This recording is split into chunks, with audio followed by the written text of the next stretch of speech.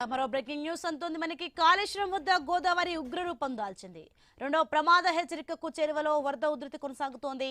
ఎగువన ప్రాజెక్టుల గేట్లు ఎత్తి దిగువకు నీటిని విడుదల చేయడంతో గోదావరి ప్రాణహిత నదులు ఉధృతంగా ప్రవహిస్తున్నాయి. ఇక 13.26 మీటర్ల ఎత్తులో పుష్కర ఘాట్లు మెట్లపై నుండి ప్రవహిస్తోంది. దిగువ మేడిగడ్డ వైపు వరద ప్రవాహం ఉరకలేస్తోంది. కాళేశ్వరం ప్రాజెక్టులోని మేడిగడ్డ లక్ష్మీ బ్యారేజ్ కు వరద పోటెత్తింది.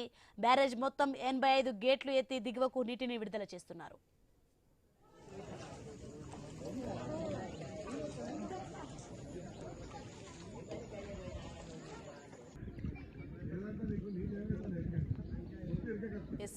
ఎక్స్క్లూజివ్ లో మనం చూస్తున్నాం విజువల్స్. కాళేశ్వరం వద్ద గోదావరి ఉగ్రరూపం దాల్చింది.